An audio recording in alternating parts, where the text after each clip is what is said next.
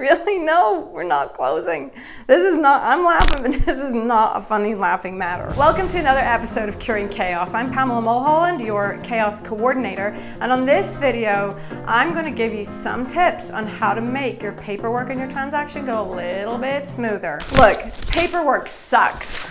But when paperwork gets in the way of your client experience, now that's a problem. You see, whenever your paperwork doesn't go smoothly, it's not a reflection on your TC or your escrow officer or some other affiliate you can point the finger at. It falls on you. It's a reflection of you. One of the worst things that can happen is your client's gonna have a poor experience. If your client has a bad experience with you, they're not going to return to you for repeat business, and they're not going to refer you to their friends and family either. I'm going to give you some very simple tips on how to make those annoying transactional issues go away and make your transaction run smoother. So the very first most annoying document ever is the AVID. So here's what's required with regards to the AVID within the first 7 days of the contract.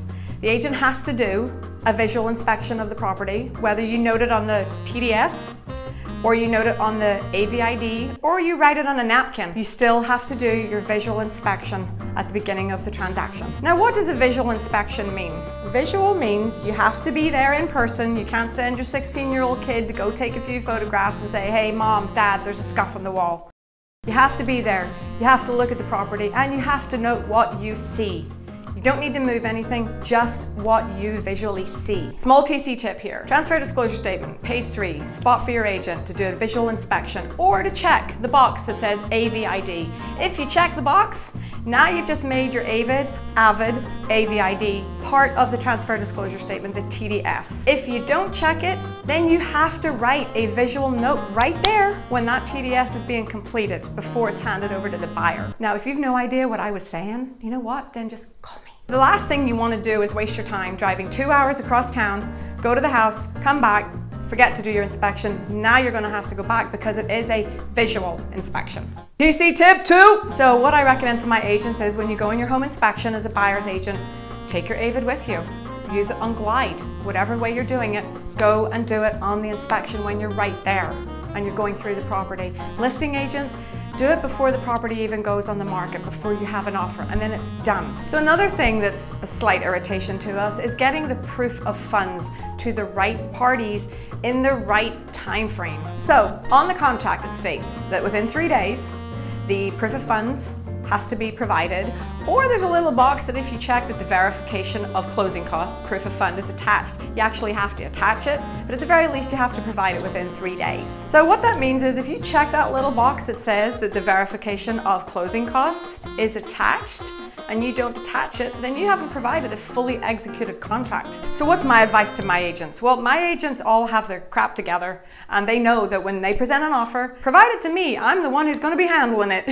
And trust me, if my agents don't provide it, I will get it and I will hound you until I have it in hand. And I will remind everyone in the transaction that we need it.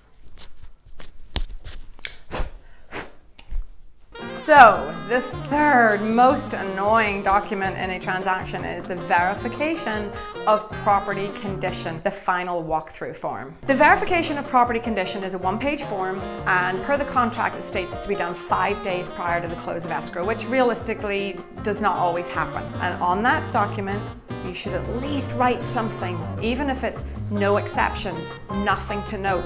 Don't leave it blank. If you leave it blank, you're opening it to interpretation of someone writing something on it, worst case scenario. TC tip! So what I like to do in this situation, very low key, I will hound you.